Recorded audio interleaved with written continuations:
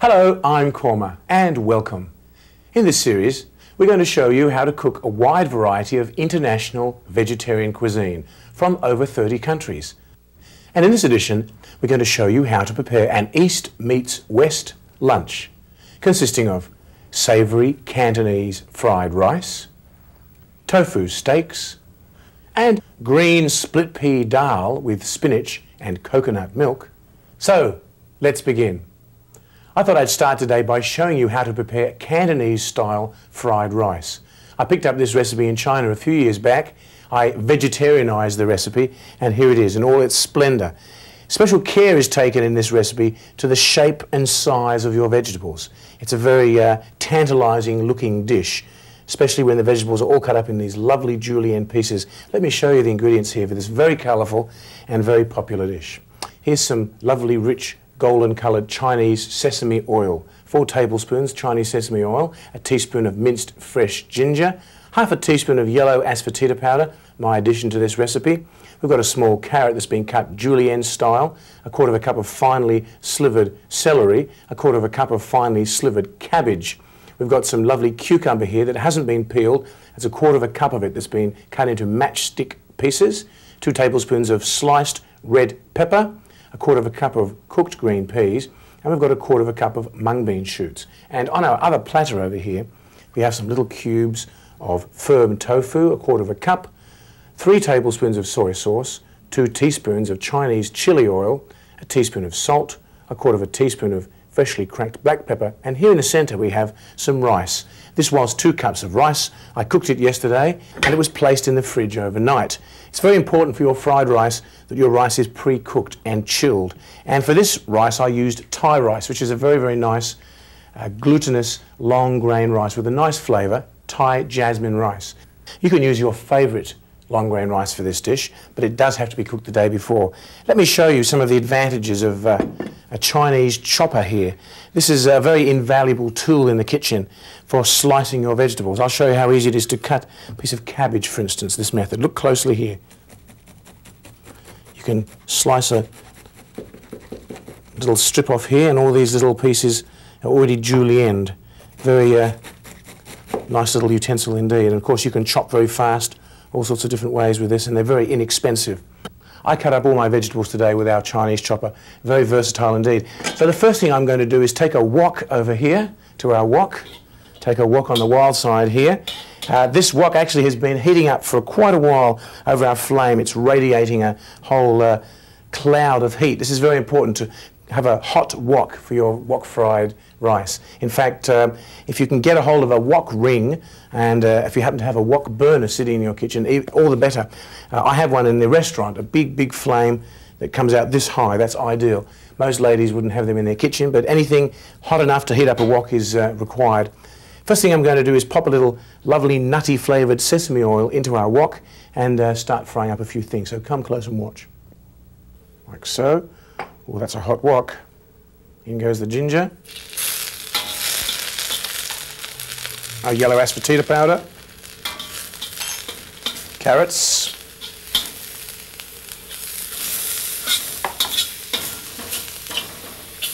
Celery. And cabbage. Now we're going to fry them up for about 1.5 to 2 minutes.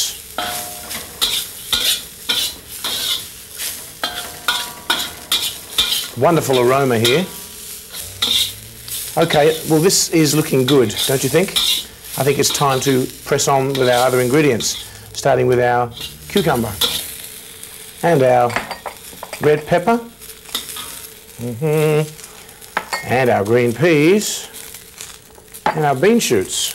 It's good to keep the heat on here as full as you can. I haven't turned it down once. When you wok fry like this, it locks in all the flavour and the nutrition inside those vegetables. It's a very healthy way of cooking, actually. You only need to cook these up for 1 minute. And 1 minute is almost up now. 15 seconds to go. Looking very colourful. What to speak of when I add the other ingredients, which is just about now. Here we go. Let's pop in our tofu. Little cubes of tofu, or you could use crumbled up bits. There's no restriction what you could put in fried rice. There's all sorts of lovely things. You could try little baby corn also. Now here's some soy sauce. Some Chinese chili oil. Ooh, now that's really coming. Ooh, the chili fumes are making my eyes water here. Some salt. Black pepper. Ooh, what a fiery brew. Chili fumes up my nostrils and loving every minute of it. Well look, that's as far as I'm going to take this. Let's turn off the flame. What an adventure. Have a look at all our lovely vegetables here. Looking very colourful indeed. We're going to transfer these out now into a glass bowl. Then I'm going to fry up my rice. While our rice is cooking, we're going to be keeping our vegetables warm in our bowl. So I'm going to pop a lid on this. When you're serving fried rice for a meal, it's good to fry it up right at the very last minute. Now all I need to do now is grab a cloth, a paper towel, quickly wipe out our wok here, and then we're going to continue frying up our fried rice. It's interesting to note that rice is practically the staple dish of China, as you're probably aware, although when I was in the north of China I found out that wheat is actually a very, very important staple. But this being from the south of China, Canton is right down the bottom in Guangdong province, rice is a very favourite item because actually rice cools you down. And south of China is a lot hotter than the north of China. You'll find in all hot countries rice is taken. So there's our clean wok. Let's fire it up again with a nice big flame.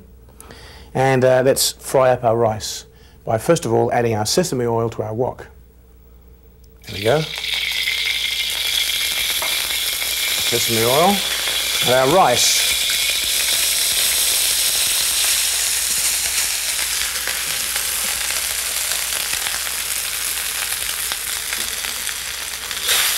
Now we're going to fry up our rice until it's good and hot. It's important at this stage to note that because you cooked your rice yesterday, it's firmed up overnight. If you try to put in rice which is cooked too recently, at this stage it all starts sticking together and makes a mess. I'm going to fry up our rice here for about another 1 or 2 minutes till it's nice and hot. You know, unlike most rice dishes, fried rice can be served alone. Most rices have to be served as an accompaniment. But fried rice is almost a meal in itself, especially when it's chock full of lovely vegetables. Well, things are going pretty well here. Our rice is getting very hot, so I think we could just about add our vegetables now. This is the grand finale. By the way, when you're making fried rice, you would do all this just before you're going to serve it and then run it out to the guests so they get it piping hot, especially if it's a part of a luncheon like today's East meets West lunch. Let's grab our veggies here and slide them in. There we go. Now a quick stir up. Our fried rice will be done. A very hearty batch. Oh, and what a beautiful aroma. Smells like a real Chinese kitchen here today. Well, there it is. I think our Chinese style fried rice is done. What do you think? I think it's looking very magnificent. Very colourful and very tasty. Let's turn off our flame. And there it is, the first course of our East meets West lunch. Cantonese style fried rice.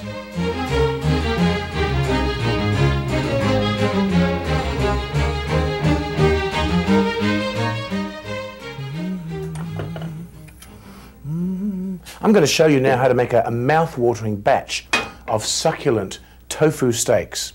These are really, really popular at our restaurant when we make them. In fact, we can never make enough of them. Succulent steaks of tofu are pan-fried and then soaked in a wonderful selection of different marinades and then baked in the oven till perfection. They're rich in protein and very, very delicious. Let me show you the ingredients here. This is the ingredients for our marinade, starting with our tamari. We've got 4 tablespoons of tamari. That's the Japanese variety of soy sauce. You can use standard soy sauce if you prefer. We've got half a cup of apple juice, half a cup of white grape juice, a tablespoon of ginger juice, a tablespoon of lemon juice, and a tablespoon of raw sugar.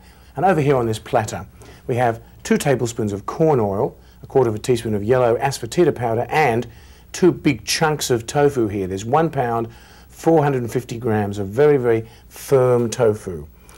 This tofu, by the way, is not to be mistaken for the silken tofu, the soft tofu.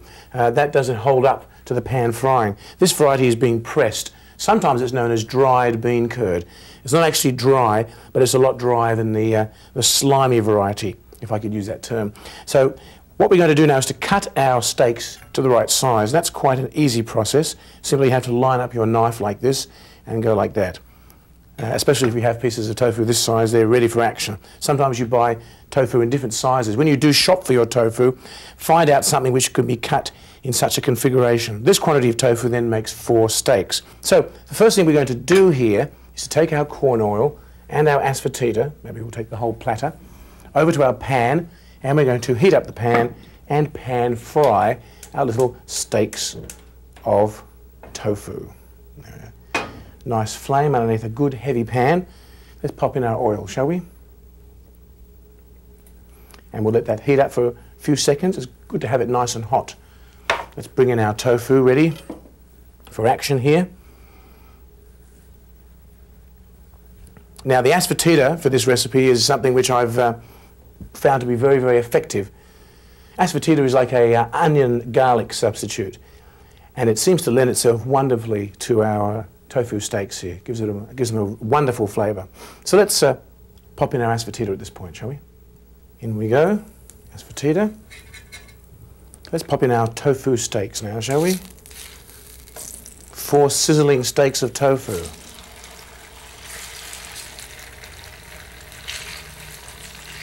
Here we go. Now we're going to pan fry these on both sides until they're golden brown.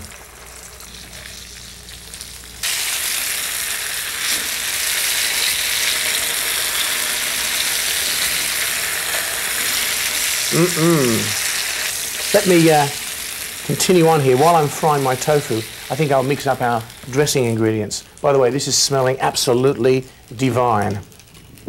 Let me see. Well, I think we could just about combine everything here. Let's get our tamari, our apple juice. This is a wonderful marinade, by the way. Our grape juice, there's plenty of it too. These little things really soak up.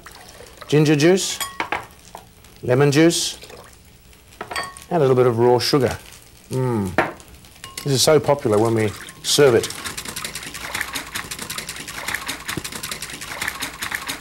All we have to do now is stir this up and dissolve the sugar.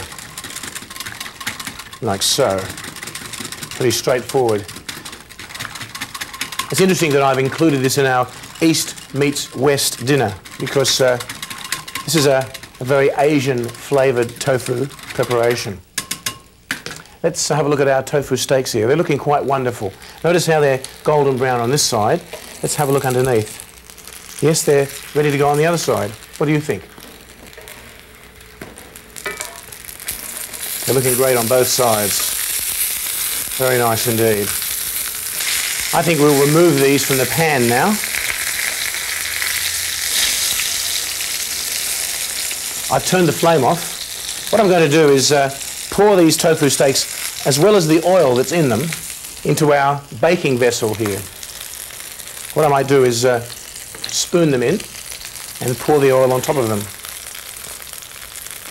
This is an oven-proof dish, and I think, hopefully, I can fit all of them in here. There we go. This pan's getting very, very hot. Can hardly lift it. Let's pour this lovely flavoured oil off here. Now let's shuffle things around here. I think I can fit all these in. Let's see. There we go. They fit very nicely. Now what I'm going to do now is take a skewer and stab them all over, like so, through that lovely golden crust.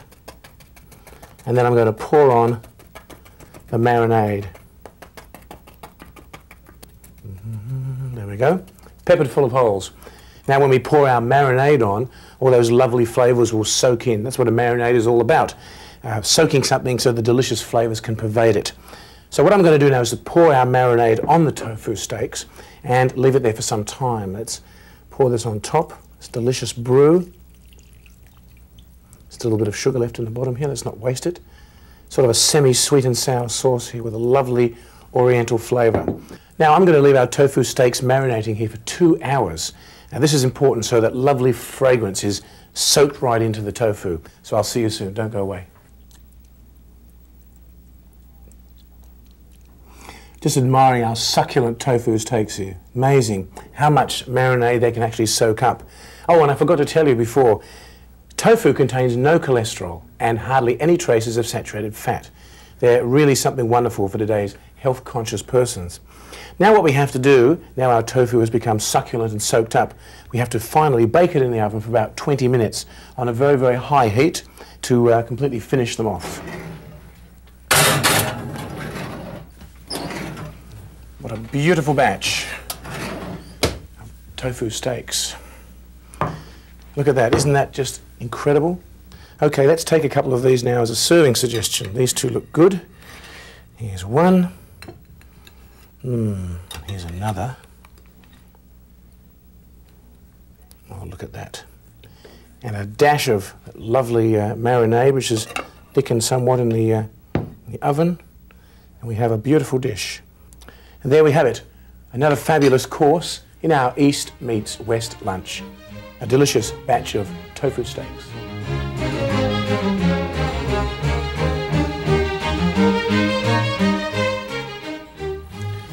I'm going to show you now how to make a lovely soup. This is something which has been part of my repertoire for many, many years at our restaurant. Something which I developed over a process of trial and error for many, many years behind the stove. It's a split pea soup with spinach and coconut milk. Very, very sublime combination of flavours, textures and colours. Lovely green, fresh spinach, hearty, smooth puree from the split peas, and set off with some very nice flavourings and spices, and added with the smoothness of coconut milk. Let me show you the ingredients here for this wonderful soup. We've got a small bunch of spinach here that's yet to be washed and chopped up. Over here we've got a cup of green split peas that have been soaking in cold water overnight, and they've swollen up quite considerably. Over here on our platter we have, in this little teaspoon here, some minced fresh ginger. That's 1 teaspoon of that. A small hot green chilli that's been chopped up and de-seeded. A teaspoon of turmeric powder, 2 teaspoons of ground coriander seeds, 1½ teaspoons of salt, 1¼ teaspoons of kalonji seeds, more about those later, 1/4 teaspoon of yellow asafoetida powder, a teaspoonful of fresh lime juice, 2 teaspoons of safflower oil. In the centre here we have a cup of coconut milk, and over in the pot here we have 6 cups of water that are going to be heated up for our soup. In fact, while I'm on the subject of heating up water for my soup, I'm going to do that right now. I just took it off the boil just before because the lid rattles a lot.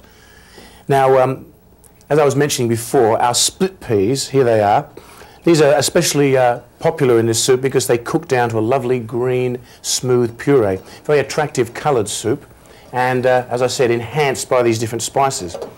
It's always very useful to soak your split peas the day before. In fact, that's essential, otherwise they take a long time to cook. These are known as dal in Indian cuisine because this soup itself is a type of Indian preparation. Any type of split bean or pea in in generic terms in India is known as dal, and the soup or any dish made from those is also known as dal. So this is a green split pea dal. You can buy green split peas, of course, in any supermarket or any Indian shop where they're known as matar dal or matar ki dal. So while our water's coming to the boil, I thought I'd show you how to deal with a bunch of spinach. Spinach is generally very, very sandy and gritty, so I've got a bowl of water sitting here in the sink. I was going to show you the method of washing your spinach. First of all, fill up a bowl with cold water and plunge your spinach into it like so.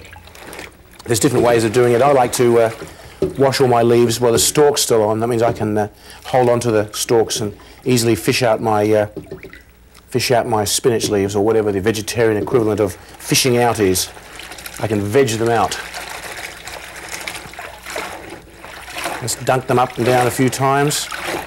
This is a particularly clean bunch of spinach. I'm astonished. The particular fruit shop that I go to get my spinach seems to provide a wonderful clean variety of spinach. Not much dirt in that one at all, so I think that's sufficient. Let's take it over to our cutting board here. Let's tear off the stalks like so, pop them aside, and now we just have to chop our spinach like so into little pieces. That's pretty straightforward. For those of you that have cooked spinach before, I'm sure you're familiar with the fact that when you cook it, it cooks down enormously. You might be wondering how I'm going to fit all that spinach in such a little pot, but it will shrink quite considerably. So the first thing I'm going to do here with my split peas that have been soaking is pour them into my sieve and drain off all the water. This is important. I like to cook my soup in fresh water. So there we are, all transferred. Now over here our water appears like it's boiling. It is. We're going to pop a few things in our soup, starting of course with our split peas. There we go. And while we're here, let's pop in our fresh ginger like so. Wonderful fragrance. Lovely green chilies, minced up to perfection. The ginger and the chilies add heat to our dish and flavour. And our turmeric, like so, to give our soup a nice yellow colour. And our coriander powder. Give that a bit of a stir around. The other seasonings I'm going to add at the end. So our soup has come back to the boil, nice yellow colour. I'm going to be cooking this for about 50 minutes, I think, or until the peas are nice and creamy and smooth and it's cooked down to a lovely puree. So why don't you join me then?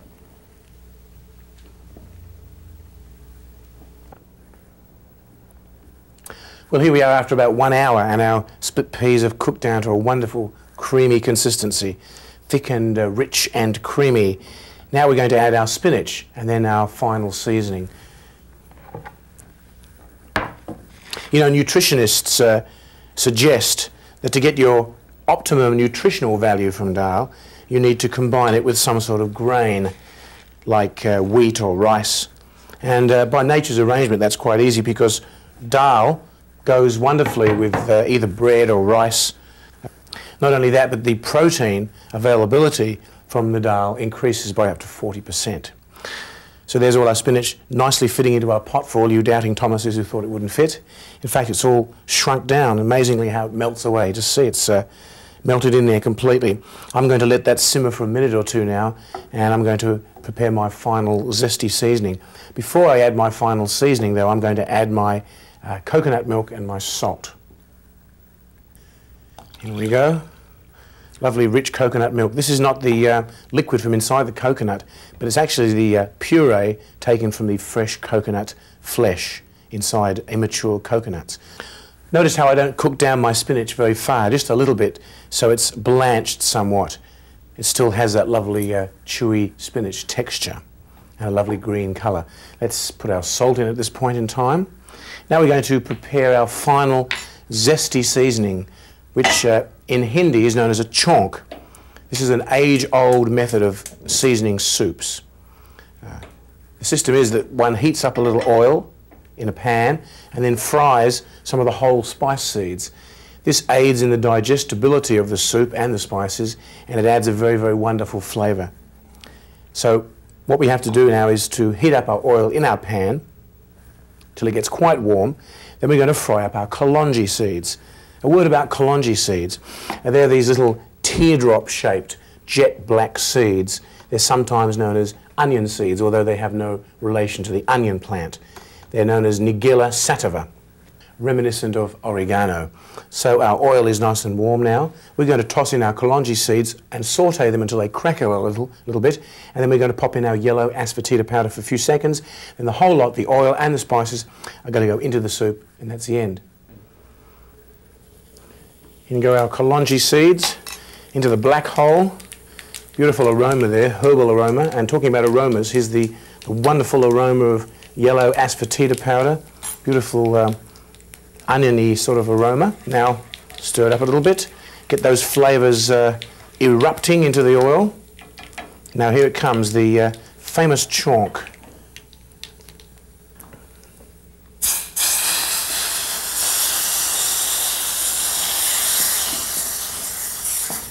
Quite an operation. There it is. That's what I call a fiery chonk. All those lovely fiery flavours have been absorbed now into that soup. Really gets the digestive juices flowing. There's one last ingredient here, slurp of lime juice to enhance all those lovely flavours. Let's turn off the flame here. It's time to pop it into our lovely soup crock sitting over here on our table. An interesting serving suggestion. This is a really, really hearty soup, and every time I serve this, it's very, very popular. People ask me for the recipe many, many times. I think this should just about fit. Look at that, wonderful fit indeed. And there it is, a hot steaming batch of creamy green split pea soup with spinach and coconut milk. It's lunchtime.